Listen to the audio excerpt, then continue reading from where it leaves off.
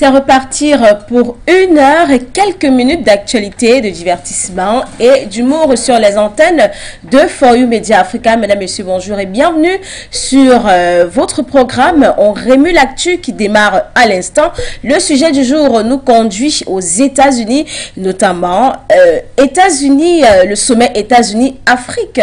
Que peut réellement espérer l'Afrique? On en parlera durant cette émission avec notre consultant permanent, M. Numbisi Wafo. On en parlera également avec mes collaborateurs Kwechu et Kumabite qui sont déjà sur ce plateau. On aura les faux du jour, les unes du jour, l'image du jour et bien sûr, si le temps nous permet, on aura le buzz du jour. Kwechu fait son grand retour après son absence d'hier. Elle était du côté de Bonanjo à Douala au Cameroun pour le Pan-African Award. Elle va nous expliquer, elle va nous raconter ce qui s'est passé, ce qu'elle a vécu de ce côté. Bonjour Kwechu. Bonjour Anto, bonjour Komabite, bonjour à vous également mesdames et messieurs qui êtes donc au rendez-vous aujourd'hui et particulièrement bonjour à peut-être ceux de ces téléspectateurs qui étaient du déplacement ou du moins qui sont du déplacement chaque jour du côté de Bonanjo, c'est à Douala au Cameroun pour vivre donc l'événement des Pan-African Awards. Oui, je crois que c'est déjà précisé que j'y étais. Voilà. J'y étais. Peut-être bonjour aussi à ceux qui rencontrent tous les jours toute l'équipe de For You Media et qui ont donc la possibilité comme ça d'échanger avec nous. Je m'en vais saluer malheureusement quelqu'un dont je n'ai pas retenu le nom et qui nous suit quand même assez attentivement, assez religieusement tous les jours. Bien bonjour encore à vous tous. Voilà, merci. Kwechu, il est également sur ce plateau, j'ai l'habitude de l'appeler le seul coq de la basse-cour. Komabite, bonjour. Bonjour Imabuto, c'était un réel plaisir de vous retrouver ce matin. C'était un réel plaisir également de retrouver nos chers téléspectateurs qui ont déjà pris l'habitude de regarder ce programme lorsqu'il est 10 heures passées de 45 minutes. Eh bien, mesdames et messieurs, ça fait du bien de passer du bon temps avec vous et de remettre l'actualité avec vous. Kwechu, qui était donc de ce côté-là, de Bonanjo, oui, elle a précisé, c'est au Cameroun, pour donc donner ou alors jouer sa partition dans le cadre donc des Pan-African Awards. Voilà. C'était donc la 2e édition et mesdames et messieurs, vous qui avez donc suivi cette actualité de bout en bout, alors qui continue à suivre cette actualité de bout en bout, sachez simplement que c'est une stratégie africaine qui permet donc aux Africains ou alors aux différents Africains de comprendre en réalité les racines même du panafricanisme et d'évoluer ou alors d'évoluer pour changer radicalement le monde ou alors radicalement l'Afrique dans les jours à venir. Mesdames et messieurs, aujourd'hui on va faire un tour, donc puisqu'on parle du panafricanisme et puisqu'on parle donc de l'Afrique, on va faire aujourd'hui un tour en République démocratique du Congo où on va plutôt parler d'un éboulement de terrain de ce côté-là où on parle pratiquement de 142 morts de ce côté-là, une histoire tragique. On va revenir au courant de cette actualité lorsqu'il sera pratiquement 11 heures passées de quelques minutes dans le cadre donc de la rubrique information du jour et Mamoto. Merci Kumabite, ce sera tout à l'heure à 11 heures passées de quelques minutes. À présent, l'essentiel de ce que vous êtes censé savoir, le sujet du jour.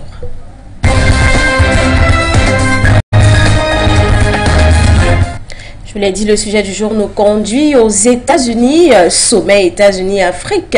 Que peut réellement espérer l'Afrique? Eh bien, le sommet États-Unis-Afrique s'est ouvert le mardi 13 décembre 2022 à Washington. Les dirigeants de 49 pays africains et de l'Union africaine étant conviés pendant 3 jours dans la capitale américaine pour parler de sécurité, économie, santé ou encore changement climatique. Les États-Unis veulent réaffirmer leur intérêt pour le continent africain après la présidence de Donald Trump. Le président américain Joe Biden se livre à un exercice de rattrapage. Si l'ensemble du continent se réjouit du retour de Washington pendant son mandat, le prédécesseur de Joe Biden, Donald Trump, n'avait en effet jamais caché son désintérêt pour l'Afrique. Il s'agit du 2e sommet après celui organisé par Barack Obama en 2014.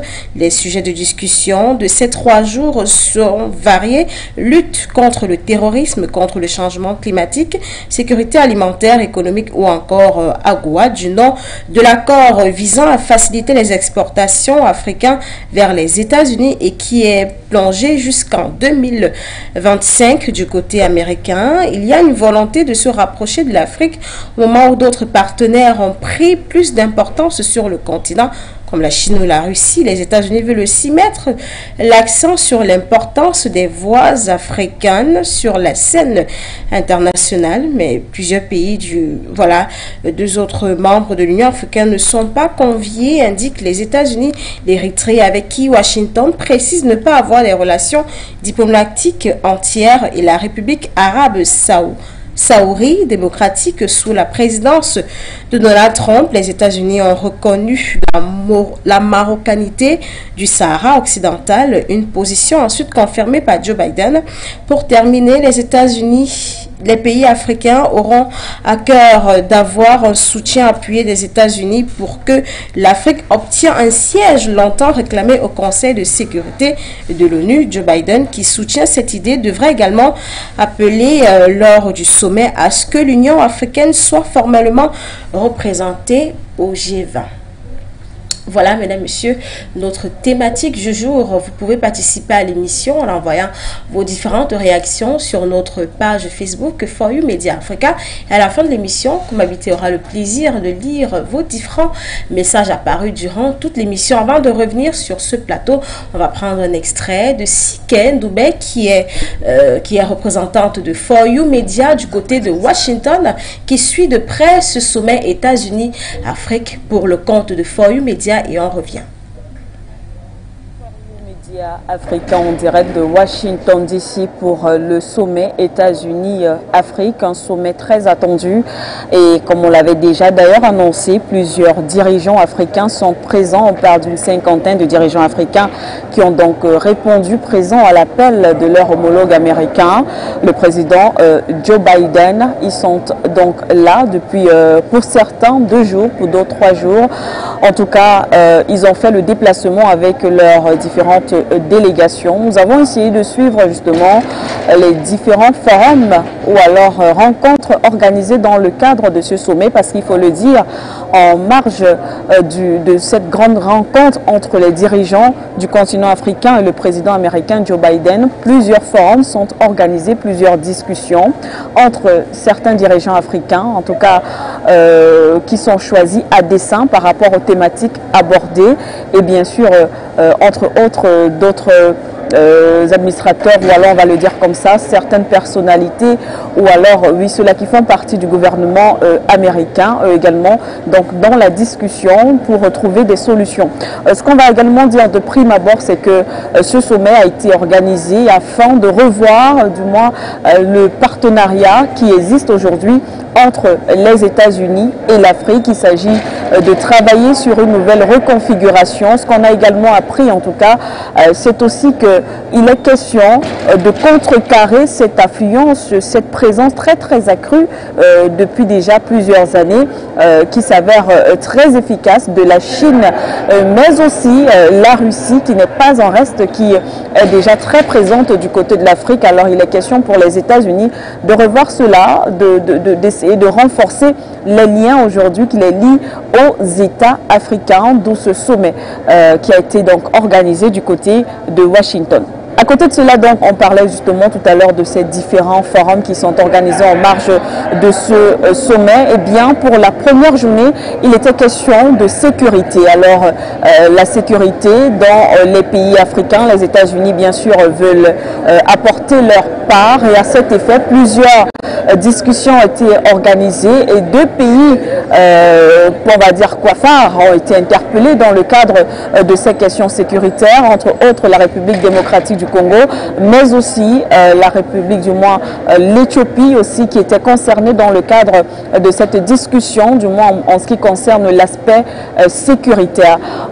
Dans le cadre de la deuxième journée, il était plutôt question d'économie, de business, comment est-ce qu'on pourrait développer le partenariat économique entre les États-Unis et les États africains. Il y a eu plusieurs discussions autour, des dirigeants africains ont participé. On a vu à la table le président du Sénégal, le président Macky Sall, on a vu le président Ndayishimiye du Burundi, celui-là même qui a mis l'accent sur l'agriculture et qui semble d'ailleurs très bien fonctionner. Il a fait son témoignage, il a essayé de partager en tout cas son expérience dans le domaine de l'agriculture. Comment est-ce que cela rentabilise en termes de développement économique dans son pays. A vu le président Faustin Archange-Touadéra également, qui était présent en tout cas dans le cadre de ces différentes discussions. Donc ils sont là, ils sont présents pour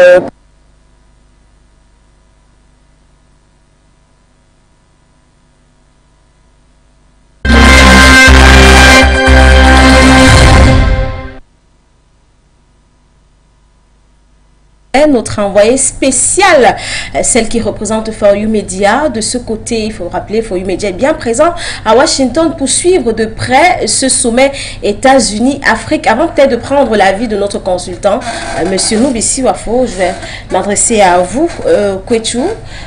Vous espérez, pour vous, que peut réellement espérer l'Afrique de ce côté-là, ce sommet États-Unis-Afrique?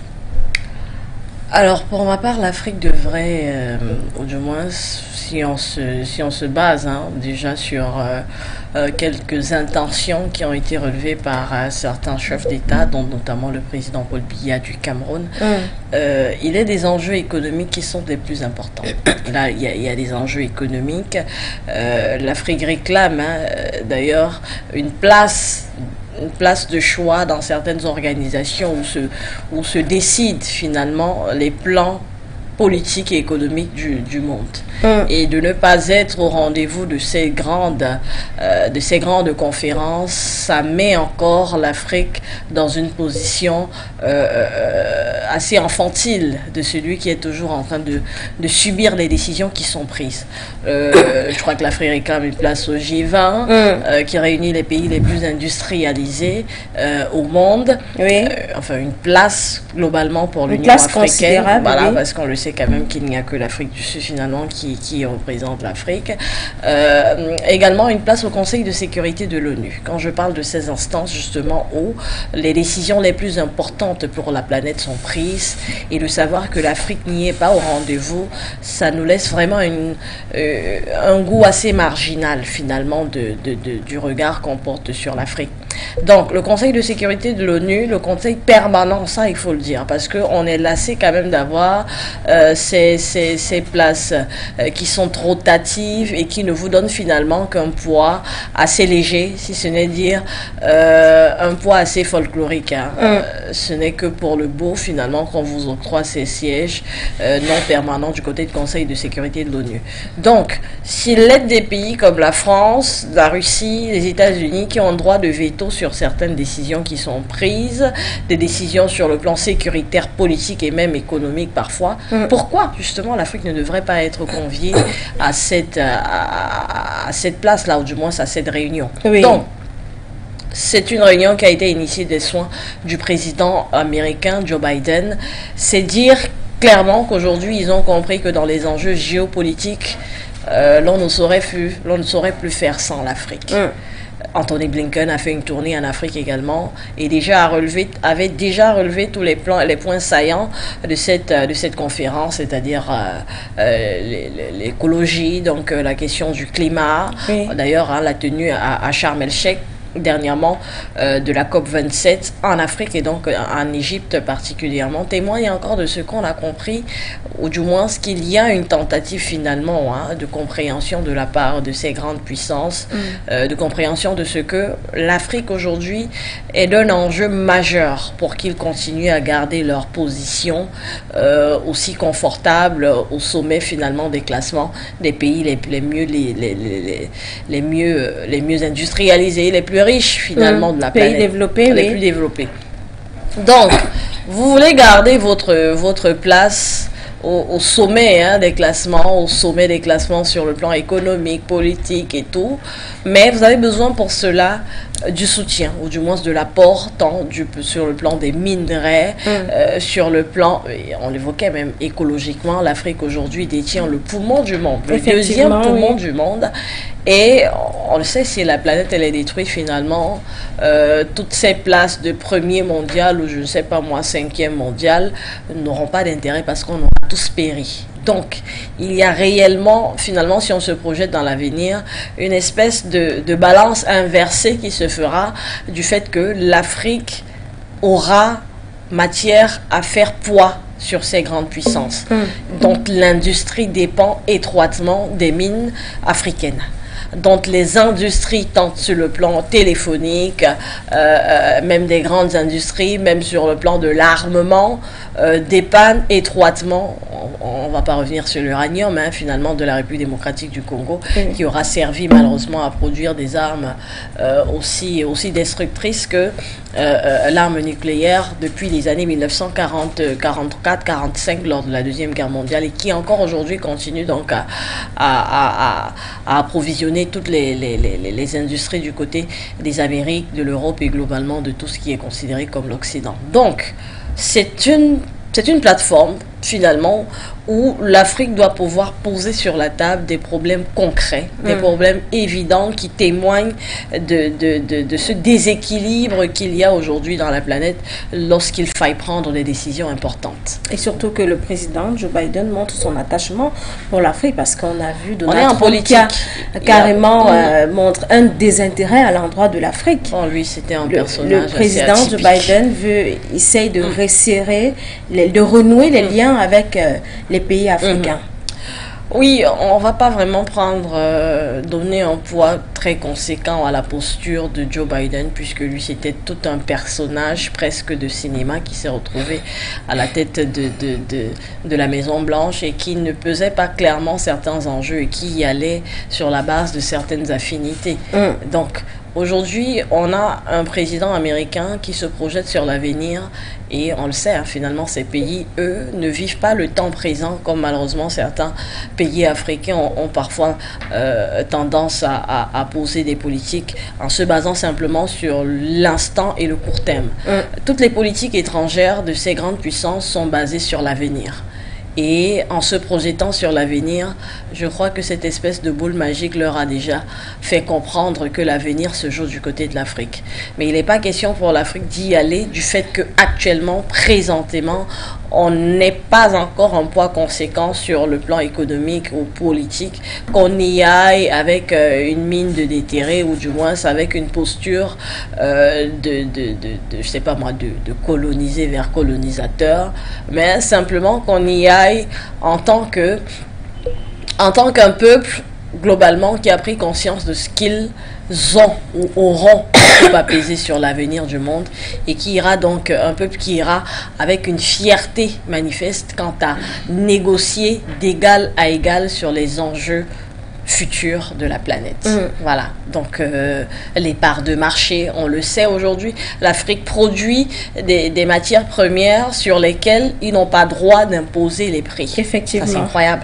On le sait même sur le cacao, l'Afrique ne définit pas les prix. Les prix, oui. Du fait que les acheteurs, les grandes parts de marché et de vente se jouent sur ces grandes firmes internationales et qui dictent carrément leurs lois sur des produits que vous produisez et pour lesquels ils sont carrément dépendants. On est en fin d'année, c'est la tradition carrément du côté des Amériques, de l'Occident, de manger du chocolat. Effectivement. Un chocolat qu'ils ne produisent pas, qui ne pousse pas chez eux, mais pour lequel quand même ils trouvent matière à vous imposer le prix sur le marché.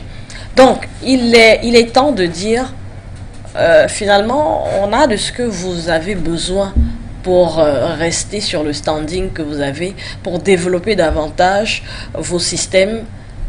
Et pourquoi c'est vous qui imposez tout sur le marché? On veut aujourd'hui, nous également, avoir poids, on veut avoir pouvoir de décision, on veut que ça se négocie d'égal à égal sur les marchés. Et puisque vous nous faites venir jusqu'aux Amériques d'ailleurs pour ça, c'est que vous reconnaissez d'une certaine manière qu'on est très important pour vos avenirs. Merci.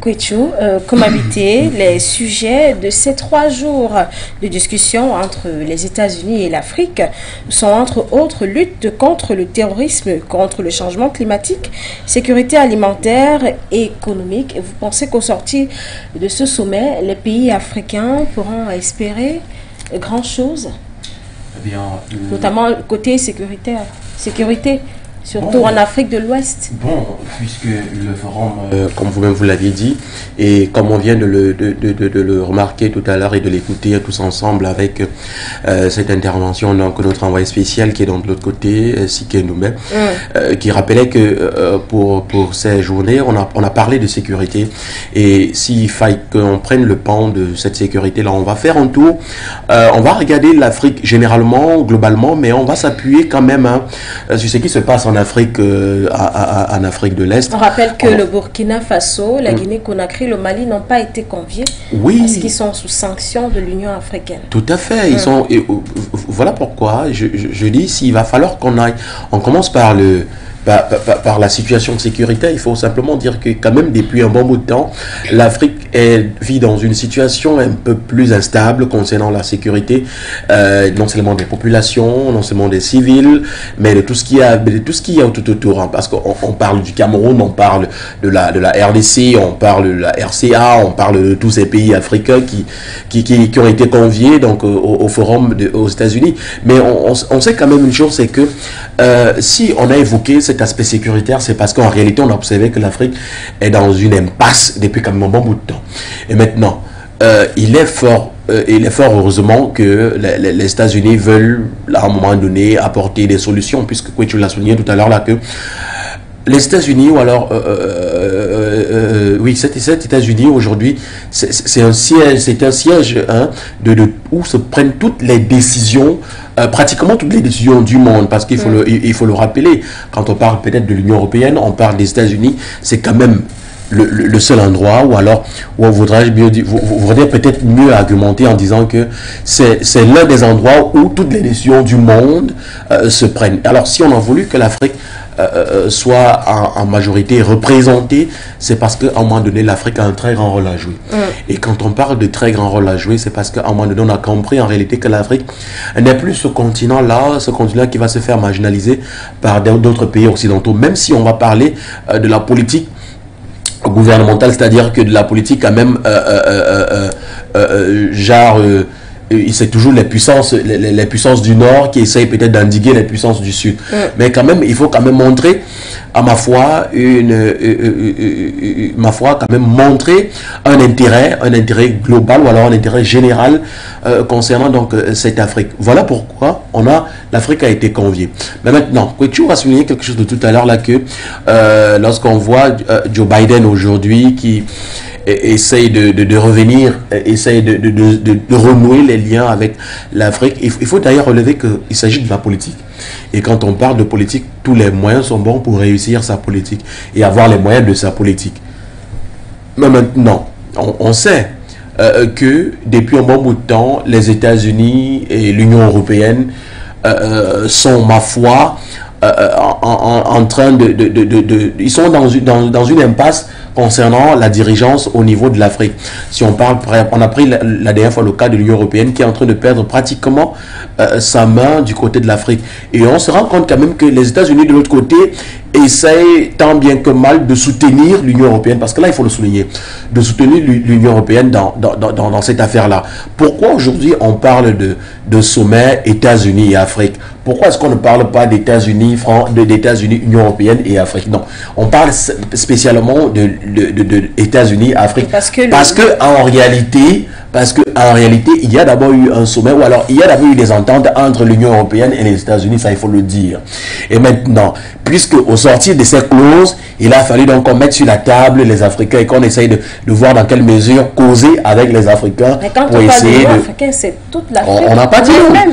On n'a pas dit non. Si c'était donc toute l'Afrique elle-même, pourquoi est-ce que le Mali n'a pas été convié? Mali est sous sanction de l'Union africaine. Mais bien après sûr. les coups d'État, bien sûr. Mais bien sûr, mais quand on parle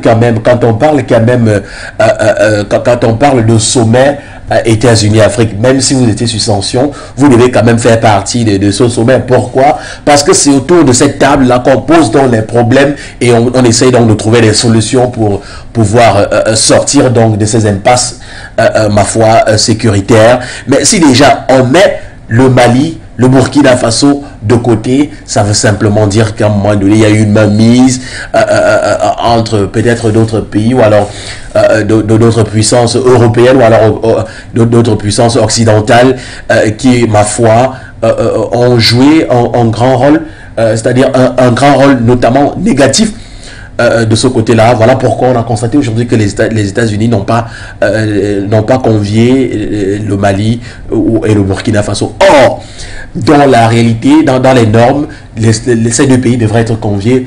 Pourquoi? Parce que, ma foi, quand on parle de sécurité aujourd'hui, on parle quand même du Sahel. Et quand on parle du Sahel, on parle du Mali, on parle du Burkina Faso, on parle de tout ce qui va avec.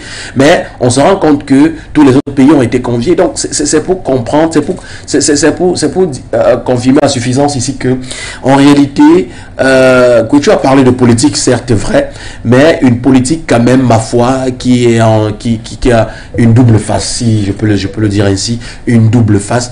Pourquoi? Parce que aujourd'hui, on ne parle que d'intérêt. Et quand on voit, la dernière fois, on se rappelle que il y a eu quand même une tournée américaine en Afrique récemment, il y a pas plus de 5 mois de cela, où on a quand même reçu un membre du gouvernement américain qui est venu quand même en Afrique. Et au sortir de là, on a compris quand même que au sortir de là, il devrait quand même avoir ses assises. Aujourd'hui, on a ce forum qui se tient du côté des États-Unis. On espère bien que, étant donné que ce sont les États-Unis qui ont organisé, étant donné que l'Afrique désormais a une majorité, ou alors a une grande majorité, ou alors a un très grand rôle à jouer, cette fois-ci, on espère bien que d'abord les États-Unis vont respecter les clauses, parce qu'on se rappelle quand même, lorsqu'on parlait du réchauffement climatique, on a dit que les États-Unis eux-mêmes, ils ont parlé, ils ont dit qu'ils devaient sponsoriser, ou alors ils devaient financer les pays africains, mais au sortir de là, il n'y a rien eu. Le second sommet s'est passé récemment. Les mêmes paroles sont revenues. On a dit qu'on allait soutenir les États-Unis ont dit qu'ils allaient soutenir l'Afrique. Jusqu'à aujourd'hui, quand même, peut-être que, ma foi, d'ici quelques temps, il y aura une nette amélioration. Mais quand même, depuis la fin de ce G, je crois que c'était le G20 ou je vais être, je sais pas trop. Mais on se rend quand même compte que les écritures restent. Les mots peuvent s'en aller, mais les écritures restent quand même. C'est-à-dire qu'on va montrer aux États-Unis que, mais attendez, il y a de cela quelques années, vous nous avez promis telle chose, mais vous n'avez pas réalisé. Alors que vous-même, quand on parle de réchauffement climatique, vous faites partie quand même des premières puissances, ou alors les premières puissances qui polluent l'atmosphère. Donc, pour moi, aujourd'hui, on va simplement dire que le sommet, oui, il est bien beau de réunir les pays africains. On reste aussi optimiste. Oui, on ne va pas dire non. On reste optimiste pour ça, oui. Mais parce que les chefs d'État africains vont réellement s'exprimer. Il est bien beau. Oui, vous pouvez vous exprimer. Mais si les choses en réalité ne sont pas concrétisées, c'est ça le véritable problème. Donc, on attend simplement les clauses qu'il y aura de ce côté-là. Mais on espère aussi que quand même nos dirigeants africains ont compris en réalité la quintessence ou alors l'importance même que l'Afrique a aujourd'hui au vu de toutes ces instances politiques, que ce soit occidentales, que ce soit américaines aujourd'hui. Merci Koumabité, merci également à Kwetchou. Tout à l'heure, on prendra l'avis de notre consultant permanent, M. Noubissi Wafo. Mais avant, on s'intéresse à notre info du jour et c'est une histoire de Koumabité. Eh bien, aujourd'hui, Emamoto, oui, ça peut être... On peut sourire aujourd'hui quand on parle de réunion entre les États-Unis et l'Afrique, mais on peut rester quand même, du moins triste ou alors très attristé lorsqu'on se rappelle quand même que depuis quand même des mois et des mois, la République démocratique du Congo vit des situations un peu plus troubles de ce côté-là où on parle pratiquement de 140 personnes donc qui ont péri lors de ces éboulements. On voit donc cela en image. On parle donc plus de 140 personnes ont péri donc à Kinshasa dans les inondations provoquées par une pluie torrentielle selon un bilan provisoire commun communiqué donc dans la soirée par le gouvernement de la République démocratique du Congo à l'issue donc d'une réunion de crise. Le gouvernement a décrété donc 3 jours de deuil national, de 3 jours à partir de mercredi, c'est-à-dire c'était hier. Voilà. Les inondations donc ont également causé d'importants dégâts matériels et submergés donc en début de matinée jusqu'aux grandes rues du centre de la mégapole, donc d'environ 15 millions d'habitants selon donc les autorités. Les victimes se comptent donc dans les différents quartiers et communes de la ville, notamment dans les vallons où des habitations ont été donc détruites par des glissements de terrain. Parmi les morts figurent donc 9 membres d'une même famille, donc des jeunes enfants tués dans l'effondrement de leur maison dans les communes de Galiema et de Kinshasa. Plusieurs communes de la ville ont été donc touchées. Des dizaines de maisons et de bâtiments se sont donc effondrés et des véhicules sont restés donc bloqués. De larges tronçons donc des routes ont été donc complètement détruites, y compris donc à Mentedi, une commune au sud-ouest de la ville où donc un gouffre a donc anéanti la très grande fréquentée autoroute numéro 1 qui relie donc Kinshasa à Matali. La route devrait donc être fermée pendant 4 à 5 jours, bien que les autorités du pays indiquent que cet événement soit accentué par les changements climatiques et demandent donc des fonds pour gérer les risques induits. Force et constate que la capitale est donc touchée tous les ans par ce type d'événement. Donc l'origine est surtout le non-respect des règles urbanistes et interdisant donc la construction illégale dans les zones de drainage et de lits de rivières et de carence de nettoyage donc des rivières et des canaux de drainage souvent bouchés par les déchets et les débris. Une vingtaine de personnes donc sont mortes dans les inondations de la ville en fin novembre 2015 dernier, il faut le rappeler. Au moins 37 personnes sont mortes près des inondations à Kinshasa en janvier 2018. Des inondations donc ont frappé la ville en octobre 2019 où 6 personnes sont mortes.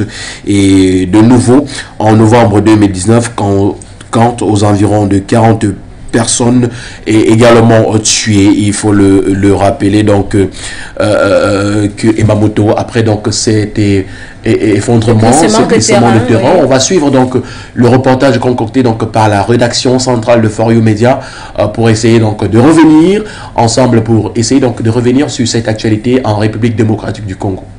Avec le concours de la réalisation, bien sûr. Selon le communiqué rendu public par le gouvernement congolais, le bilan, bien que provisoire, fait état de 120 morts, bien plus que les 5 anciens annoncés dans un précédent communiqué transmis par la police de Kinshasa. Au-delà de ce bilan humain, la pluie tombée en abondance a paralysé la capitale congolaise avec également d'importants dégâts matériels. Les inondations ont provoqué un glissement de terrain dans un quartier périphérique coupant la route nationale numéro 1 qui mène vers l'ouest. Une situation qui rappelle étrangement celle vécue en novembre 2019 où une quarantaine de personnes avaient trouvé la mort à Kinshasa, victimes elles aussi de fortes pluies diluviennes ayant provoqué des inondations et des glissements de terrain. Le président congolais Félix-Antoine Tshisekedi, présent au sommet Afrique-États-Unis, a souligné que son pays était tout particulièrement visé par le changement climatique et ses dégâts. S'exprimant lors d'un entretien avec le chef de la diplomatie américaine, Anthony Blinken, il a estimé que son pays n'était malheureusement pas suffisamment regardé et accompagné pour y faire face. Présentant ses condoléances, M. Blinken lui a estimé pour sa part que ces inondations apportaient la preuve de plus du défi du changement climatique auquel le monde est confronté.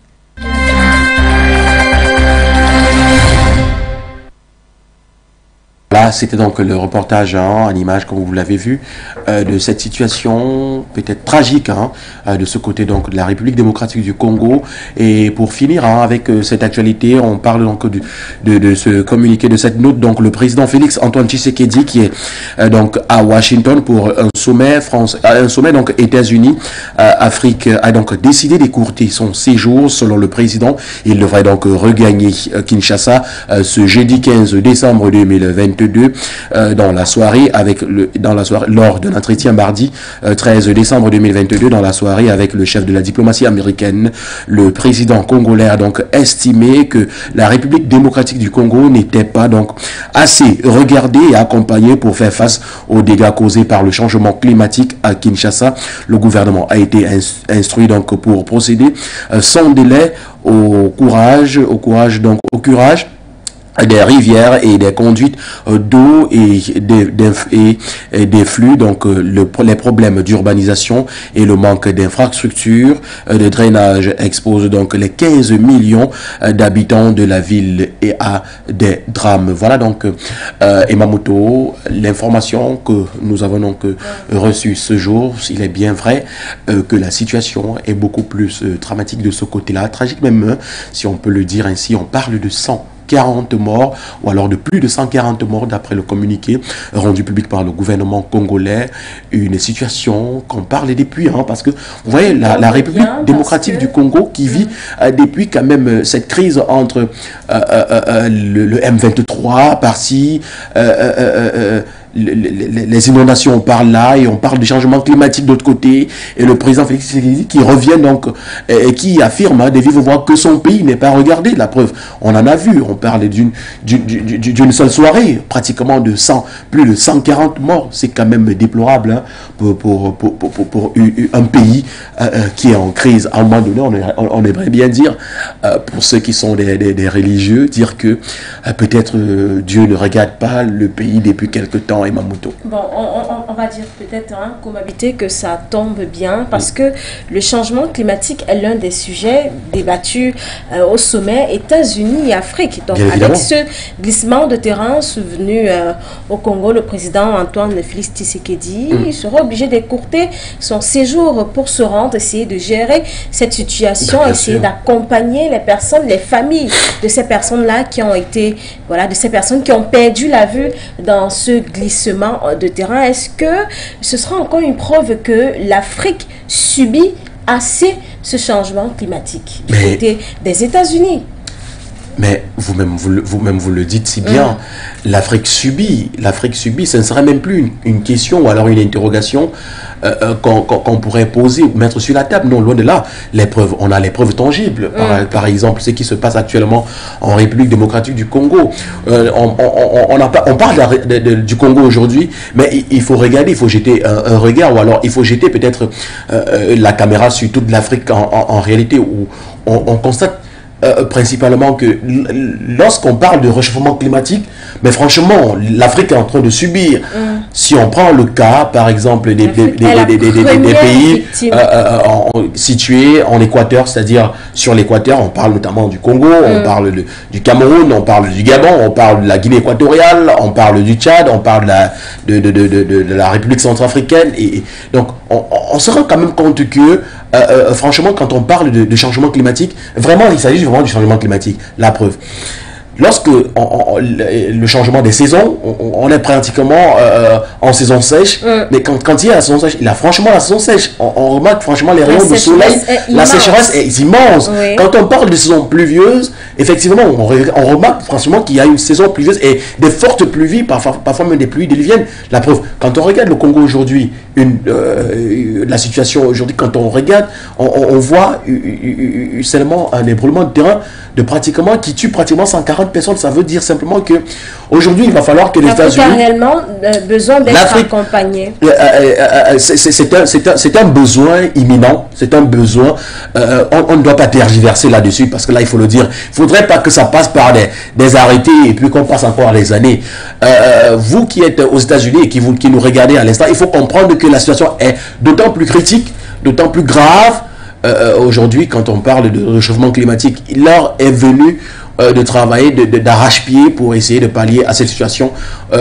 Parce que quand on parle de réchauffement climatique, les États-Unis sont indexés, l'Europe est indexée parce que ce sont les puissances qui polluent le plus aujourd'hui. Et quand on parle aujourd'hui de poumons du monde, l'Afrique fait partie quand même, je crois, du deuxième poumon, à part peut-être l'Amazonie qui vient en seconde position pour essayer de contrer ce réchauffement climatique. Mais il faut le souligner, hein, l'Afrique aujourd'hui a besoin de toutes ces aides-là.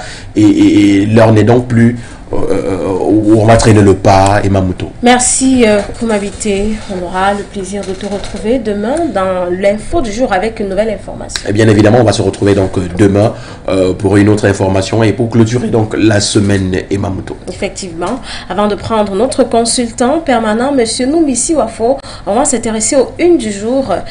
Tout de suite, c'est une histoire de Kwechu, les unes du jour.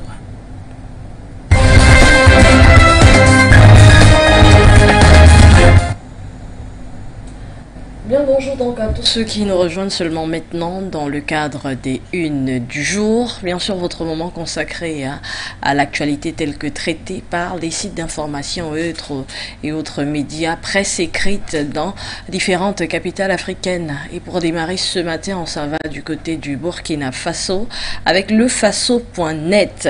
Alors, le Faso.net qui nous propose un portrait ce matin, un portrait d'une femme et non des moindres, la professeure Salmata Ouedraogo, une passionnée d'économie, voilà, de Kosuka à Chicoutimi, itinéraire de professeur Salmata Ouedraogo, une passionnée d'économie, donc c'est le titre de ce papier, ou du moins de cet article hein, que nous propose très tôt ce matin le Faso.net.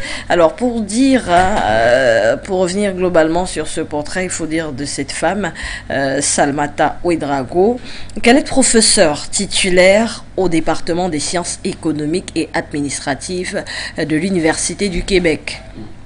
C'est à Chicoutimi du Québec, donc à Chicoutimi, la Burkinabé, Salmata Ouedraogo, a été distinguée par le réseau universitaire du Québec, qui regroupe 10 établissements universitaires pour son apport exceptionnel, et là vraiment je cite, pour son apport exceptionnel au fonctionnement et au rayonnement de l'institution, une distinction bien sûr qui couronne un parcours exemplaire de cette jeune femme, de son départ du Burkina Faso, de son petit Burkina Faso natal, jusqu'à aujourd'hui toucher les sommets de la science du côté du Québec, au Canada bien sûr, c'est en Amérique du Nord.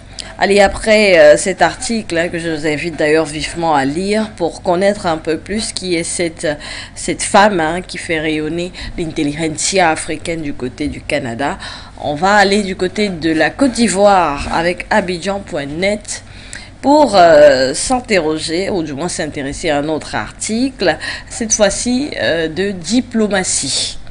Sommet US African Leaders, le ministre Souleymane Diarra plaide pour la prorogation de l'AGOA. Voilà.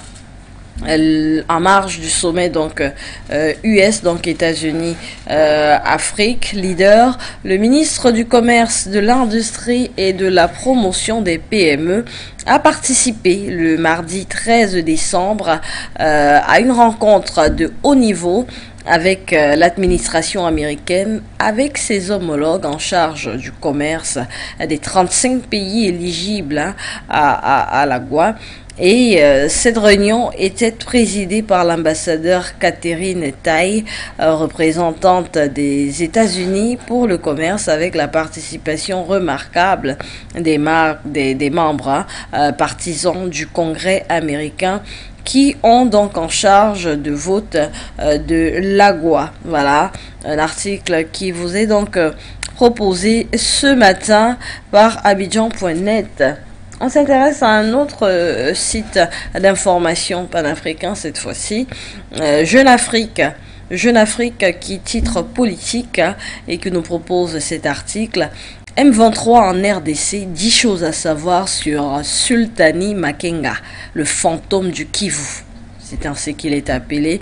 Il faut dire de cet homme qu'il est passé au sein de différentes rébellions au cours des 30 dernières années et le mystérieux général, en tout cas autoproclamé, est toujours à la tête du M23, selon en tout cas cet article de Jeune Afrique. Voilà, et donc à la tête de ce groupe armé, de nouveau aux portes de Goma, bien sûr dans l'est de la République démocratique du Congo.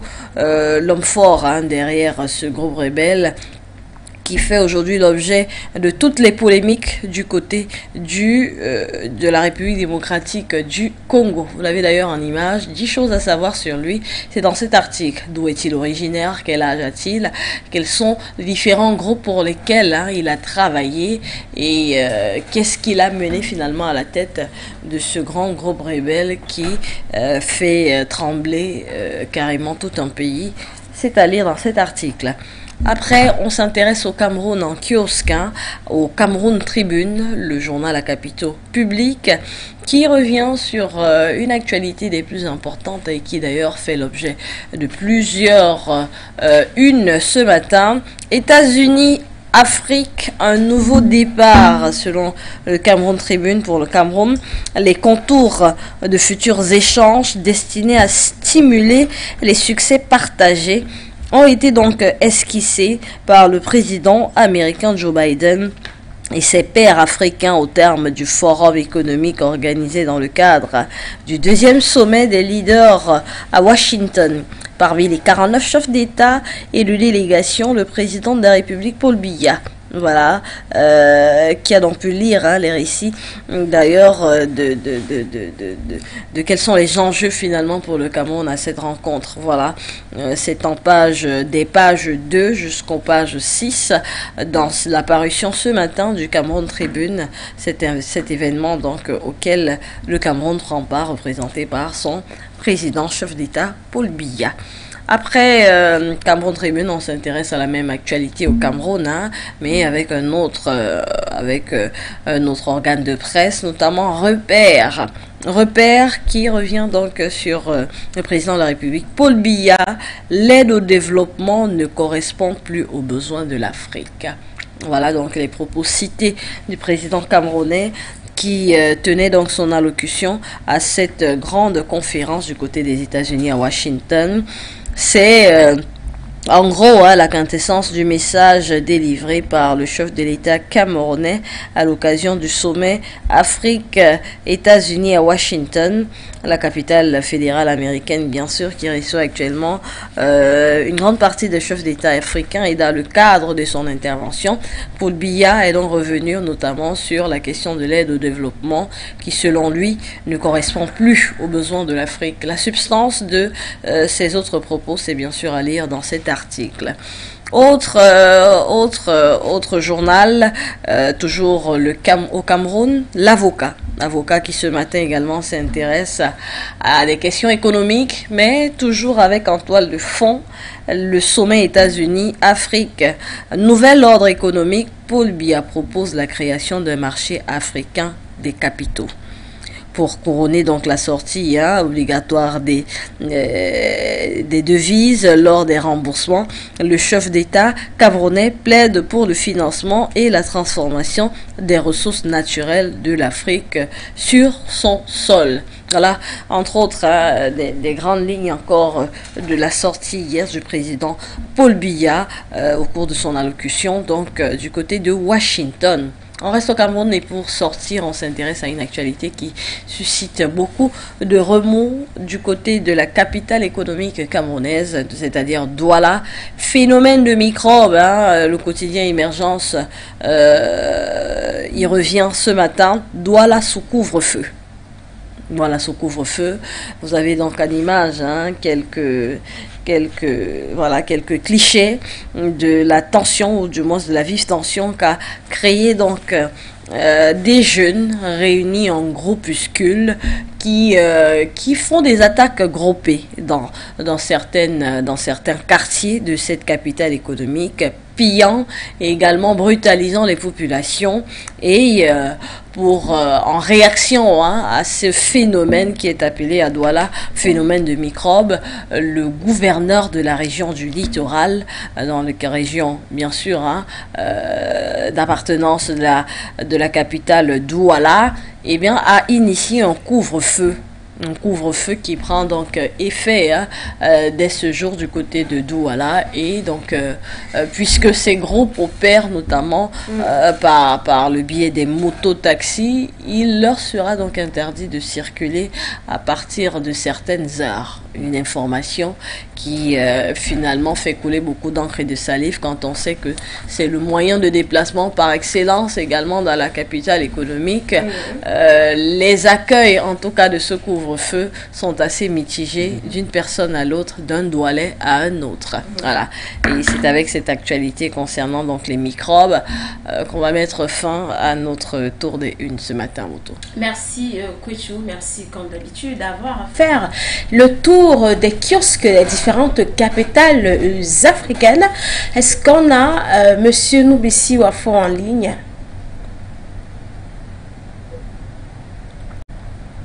Peut-être avant de prendre Monsieur Noubissi Wafo, je vais revenir sur l'actualité. Tu as parlé des microbes tout à l'heure au Kouichou.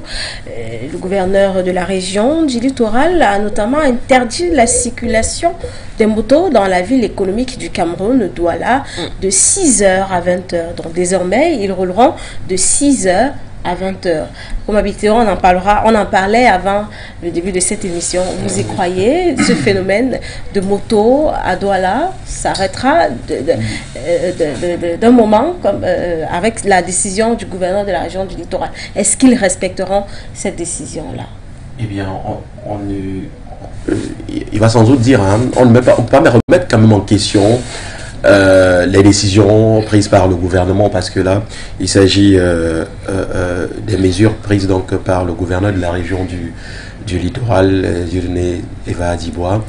Et on sait très bien que c'est le moyen par excellence, Kouichou l'a souligné tout à l'heure, c'est le moyen par excellence des doualais. Les déplacements également, et quand on va voir des mesures de 6h à 20h, bon, je crois que les mesures, dans les normes, ça devrait prendre effet depuis hier.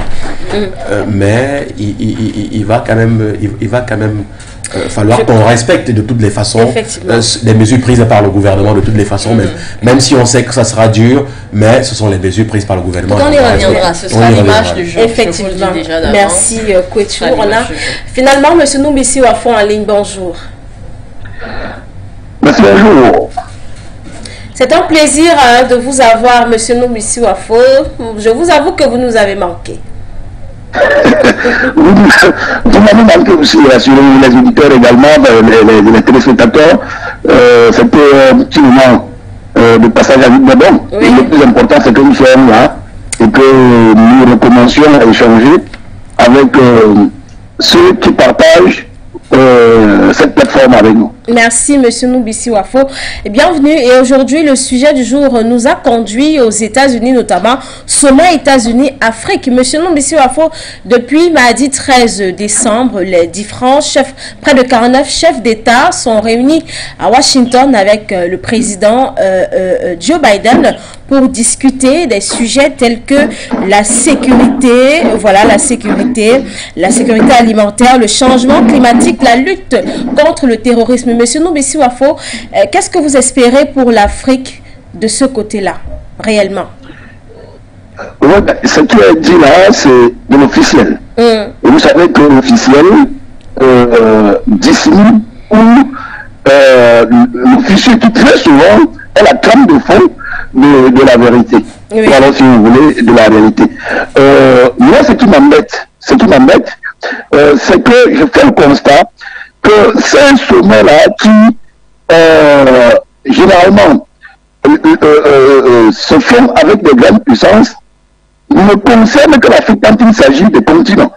Il ne me semble pas que j'ai déjà vu un sommet Europe, États-Unis. Il ne me semble pas que j'ai déjà vu un sommet Asie, États-Unis. Il ne me semble pas que j'ai déjà vu un sommet, c'est pas moi, Amérique latine, États-Unis. Non. Pourquoi est-ce que c'est toujours en Afrique qu'on essaie de procéder ou des pratiques qui ne se passent pas ailleurs? Parce qu'au-delà de tout cela, je me pose toujours la question de savoir, quand ces Africains sont convoqués, parce qu'on parle d'invitation pour rester polis, pour rester dans la décence, mais il s'agit de la convocation. C'est que quand ces Africains sont convoqués, hier c'était la France, avant-hier c'était la Russie, maintenant c'est les États-Unis, demain ce sera peut-être la Turquie ou le Brésil, je n'en sais plus rien, mais c'est que quand ces États-là sont convoqués à ce genre de sommet, qu'est-ce qu'ils apportent?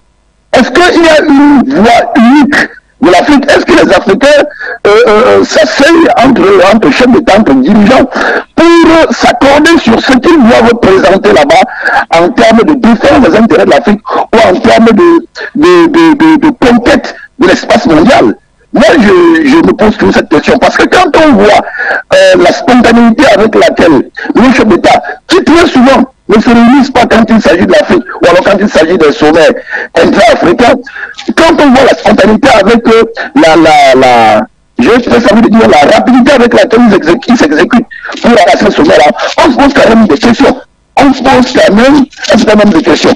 Parce que voyez-vous, il y a quand même en Afrique une institution qu'on appelle l'Union africaine. J'aurais encore compris que les États-Unis d'Amérique sont en train de rencontrer l'Union africaine. Mais il ne s'agit pas de ça. Et on a dans l'arène des relations internationales ce qu'on appelle les relations bilatérales, les relations multilatérales, mais on n'arrive pas à capitaliser cet autre type de relation qui existe, j'ai dit tout à l'heure, exclusivement avec l'Afrique. Bon, quand les Africains vont donc dans ces sommets avec des voix qui ne sont pas accordées à l'avance, mais qu'est-ce qu'ils présentent? Comment se défendent-ils? Comment arrêtent-ils ce qui peut être intéressant pour l'Afrique? Là est toute la question. Surtout que dans ces sommets-là, ce sont les gens qui convoquent les Africains qui décident de qui va venir parler pour l'Afrique. Il me semble que, pas qu'il me semble, et c'est la réalité, c'est qu'il y a un certain nombre de pays africains qui n'ont pas été conviés à ce sommet. Il y a des pays comme la Guinée Conakry, comme le Mali, il y a des pays comme le Burkina Faso qui n'ont pas été convoqués à ce sommet. La raison officielle qu'on a avancée, c'est que ces pays-là sont sous les sanctions de l'Union africaine et des organisations sous-régionales. Je dis d'accord, mais si ces pays-là sont sous la sanction des organisations régionales, c'est qu'en réalité, c'est parce que ces pays-là, on les reproche. On retrouve à leurs dirigeants d'être arrivés au pouvoir par des coups de force, militaires. Sauf que, il y a quand même un pays qui est dans cette catégorie-là, qui est invité à ce sommet, qui s'appelle le Tchad. Pourquoi est-ce que le Tchad, à qui on peut reprocher la même chose que les autres, se retrouve-t-il à ce sommet-là? Et vous savez donc, vous comprenez donc que ce sommet-là, on les convoque pour faire passer des messages à un certain nombre de personnes qui obéissent de façon quasiment, enfin, je veux dire, qui obéissent comme des personnes totalement assujetties à tout ce qui va être dit là-bas. Et tout ce qui peut être dit là-bas par ceux qui sont puissants, donc ceux qui convoquent, vient essentiellement pour leurs intérêts. Évidemment, il faut un brin de logique simplement pour le comprendre. Que quand on convoque ces Africains à ces différents sommets-là, c'est pour essentiellement parler de ce qui concerne ceux qui les convoquent et donc de leurs intérêts. En fait, est-ce qu'on peut imaginer un jour l'Afrique en train de convoquer en Afrique ces gens-là? Est-ce qu'on peut imaginer un jour l'Afrique en train de convoquer en Afrique Biden, en train de convoquer en Afrique Poutine, en train de convoquer en Afrique, je sais comment, Macron et les autres? Pourquoi est-ce que ce ne serait pas possible? Pourquoi est-ce que les Africains ne peuvent pas, dans cette dynamique de la conquête des relations internationales, se positionner aussi en leader? Et là, la réponse à cette question, c'est que nous sommes faibles et nous semblons nous contenter de notre situation de faiblesse et de travailler à ce que cela perdure, vous suivez, à ce que cela s'éternise. Je dis que ce sont des pratiques qui, pour moi, me choquent. Ce sont des pratiques qu'il faut absolument dépasser.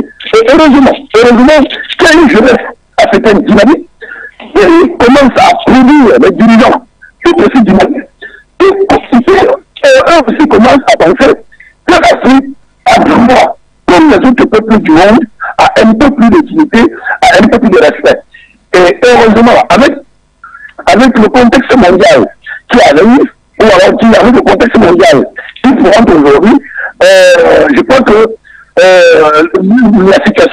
cette situation d'infantilisation de l'Afrique, cette situation d'assujettissement permanent de l'Afrique ne va plus durer longtemps.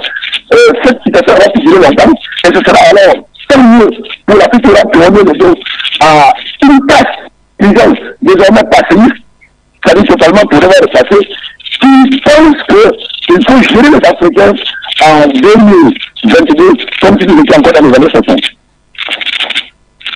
Sortir, le président Joe Biden plaidera pour que l'Afrique puisse avoir une place considérable ou alors une place de choix au siège du G20.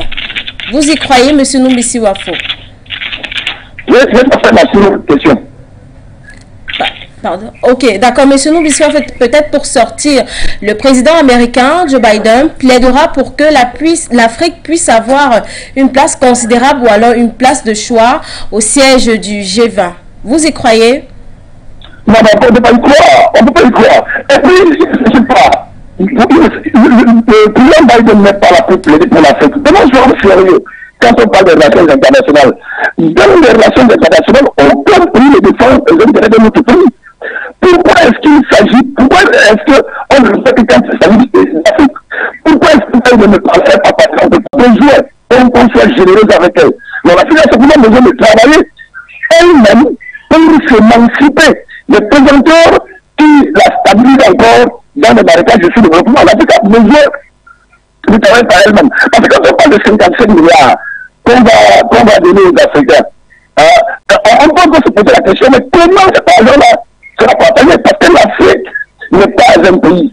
L'Afrique n'est pas... comment est-ce que ça va s'organiser? Là encore, là est toute la question. Non, nous pensons que la meilleure façon pour la meilleure façon d'aider les Africains, ce n'est pas tout le temps de nous donner quelques dollars dans les comptes de banque, mais la meilleure façon d'aider les Africains, c'est de les amener à se passer de l'aide. Et je pense que quand les Africains se seront passés de l'aide, ils travailleront eux-mêmes à produire leurs richesses effectives, ils travailleront eux-mêmes à s'émanciper de tout ce qui aujourd'hui leur amène au rang des peuples méprisés et des peuples faire valoir par rapport aux autres peuples de la planète. Merci Wafo, merci pour votre intervention. Merci d'avoir également édifié nos différents téléspectateurs et internautes. Merci à vous, merci à tous ceux qui nous ont été en studio, merci à tous ceux qui nous ont écoutés ce matin. Au revoir et à très On vous retrouvera demain, M. Noumbissi Wafo. Passez une excellente journée. Voilà. Merci. Je crois que c'est avec cette intervention de M. Noumbissi Wafo, notre consultant permanent, que nous allons fermer cette édition du programme On Remue l'actu de ce 15 décembre 2022. On n'aura malheureusement pas l'image du jour, mais on y reviendra demain. Kouchou. Bien sûr, on y reviendra, et puisque le phénomène il va encore grandissant, et que d'ailleurs l'actualité est encore assurée de susciter beaucoup de remous. Donc demain, on aura la sortie du gouverneur qui lit notamment cette nouvelle mesure à Douala, et on reviendra sur quelques images d'ailleurs des rues de certains quartiers de Douala qui ont subi finalement les foudres de ces microbes-là. Merci Kouchou, merci également à toi, Komabité. Merci à vous, merci à nos chers téléspectateurs. On se retrouve donc demain, même heure, et on fait un coucou à ceux qui sont déjà installés du côté de Bonanjo, qui sont donc en train de nous regarder en direct. Un bonjour à vous. On se retrouve simplement demain lorsqu'il sera 10h passé. Bonjour également à nos envoyés spéciaux du côté de Washington, notamment Sikin Dubé et Fekun, qui se déploient sur le terrain depuis Washington pour nous donner des informations de ce sommet États-Unis-Afrique. En temps réel, effectivement. Mesdames, Messieurs, restez connectés sur nos antennes. Passez une excellente journée. On aura le plaisir de vous retrouver demain.